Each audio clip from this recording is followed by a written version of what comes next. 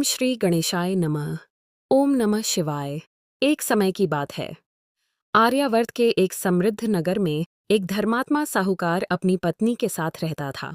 उनके पास अथाह धन संपत्ति, विशाल भवन, नौकर चाकर और सम्मान की कोई कमी नहीं थी। परंतु उनके जीवन में एक ऐसा दुहक था जो सारी खुशियों पर भारी था। उनकी कोई संतान नहीं थी। साहूकार और उसकी पत्नी प्रतिदिन प्रातःकाल भगवान शिव के मंदिर जाते, जल और बेलपत्र अर्पित करते तथा हाथ जोड़कर प्रार्थना करते। हे भोलेनाथ, यदि हमारी भक्ति सच्ची है तो हमारी सूनी गोद भर दीजिए। उनकी यह प्रार्थना वर्षों तक चलती रही। एक दिन कैलाश पर्वत पर माता पार्वती ने भगवान शिव से कहा, स्वामी, यह दंपति वर्षों से आपकी आराधना कर रहा है। क्या इनकी मनोकामना पूरी नहीं हो सकती? भगवान शिव बोले, देवी, इनके पूर्व जन्म के कर्मों के अनुसार संतान का सुख बहुत अल्प है। फिर भी आपकी करुणा के कारण इन्हें एक पुत्र प्राप्त होगा, लेकिन उसकी आयु केवल 12 वर्ष होगी। कुछ समय बाद उनके घर एक सुंदर पुत्र ने जन्म लिया। पूरे नगर में उत्सव मनाया गया। माता पिता ने उसका पालन पोषण बड़े प्रेम और संस्कारों से किया। बालक बचपन से ही बुद्धिमान, विनम्र और शिव भक्त था।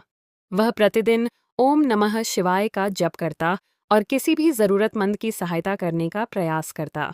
जब वह 11 वर्ष का हुआ, तब उसके मामा उसे उच्च शिक्षा के लिए काशी ले जाने लगे। माता ने विदा करते समय कहा, बेटा, जीवन में कभी असत्य का साथ मत देना। प्रतिदिन भगवान शिव का स्मरण करना और जहां संभव हो भूखे को भोजन अवश्य कराना। यात्रा के दौरान वे एक राज्य में पहुंचे जहां पाकसैदी राजा की पुत्री का विवाह होने वाला था। संयोग से वास्तविक दूल्हा एक आंख से काना था। राजा को भय था कि यदि यह बात सामने आ गई तो विवाह टूट जाएगा। राजा ने उस सुंदर बालक से विनती की, पुत्र, कुछ समय के लिए के दूल्हे के वस्त्र पहनकर विवाह मंडप में बैठ जाओ। विवाह की रस्में पूरी होने तक हमारी लाज रख लो। दयालु बालक ने उनकी सहायता कर दी। विवाह की रस्में पूरी होने के बाद उसने चुपचाप राजकुमारी के वस्त्र में एक पंक्ति लिख दी, मैं वास्तविक दूल्हा नहीं हूं, सत्य जानकर ही अपना निर्णय लेना। जब राजकुमारी ने वह संदेश पढ़ा तो उसने अपने पिता को सब बता दिया।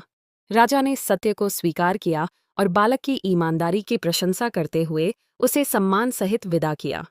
कुछ समय बाद वह काशी पहुंच गया और अध्ययन में लग गया। धीरे धीरे वह दिन भी आ गया जब उसकी आयु 12 वर्ष पूरी होने वाली थी। उसके मामा का मन बेचैन रहने लगा, क्योंकि उन्हें भगवान शिव के वरदान की बात याद थी। उस दिन उन्होंने ब्राह्मणों को भोजन कराया, दान दिया और भगवान शिव की पूजा की। उधर बालक पूजा के बाद अचानक अचेत होकर भूमि पर गिर पड़ा। मामा की आंखों से आंसू बह निकले। उन्होंने रोते हुए पुकारा, हे भोलेनाथ, यदि हमने कभी सच्चे मन से आपकी पूजा की है तो इस बालक की रक्षा कीजिए।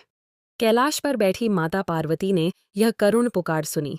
उन्होंने भगवान शिव से कहा, नाथ, इस बालक के माता पिता ने जीवन भर आपकी आराधना की है। यदि आज उनका पुत्र उनसे हराए छिन गया, उसे बना रहा था छिन गया, तो उनका विश्वास टूट जाएगा। भगवान शिव मुस्कुराए और बोले, देवी, सच्ची भक्ति कभी व्यर्थ नहीं जाती। इतना कहकर वे वहां प्रकट हुए और अपनी कृपा से बालक को पुनः चेंदा जीवन प्रदान किया। साथ ही उसे दीर्घायु, उत्तम स्वास्थ्य और सुखी जीवन का वरदान दिया। जब बालक अपने नगर लौटा तो उसके माता पिता उसे जीवित देखकर भाव विभोर हो गए। उन्होंने भगवान शिव का भव्य अभिषेक किया, गरीबों को भोजन कराया और जीवन भर प्रत्येक सोमवार को व्रत रखने का संकल्प लिया। उस दिन से यह मान्यता प्रचलित हुई कि जो व्यक्ति श्रद्धा, संयम और विश्वास के साथ सोमवार का व्रत करता है, भगवान शिव उसके जीवन के संकट दूर करते हैं, मन को शांति देते हैं और परिवार पर अपनी कृपा बनाए रखते हैं। सोमवार व्रत का संदेश भगवान शिव सच्ची भक्ति से शीघ्र प्रसन्न होते हैं। सत्य, सेवा और करुणा का मार्ग अंततः विजय दिलाता है। कठिन समय में भी विश्वास और धैर्य नहीं छोड़ना चाहिए। भगवान का स्मरण मनुष्य को साहस, शांति और नई आशा देता है। बोलिए, भगवान भोलेनाथ की जय। हर हर महादेव। ओम नमः शिवाय। अगर यह कथा आपके हृदय को स्पर्श कर गई हो तो चैनल को सब्सक्राइब करना न भूलें। आपका एक सब्सक्राइब हमें ऐसी और पावन कथाएं लाने की प्रेरणा देता है।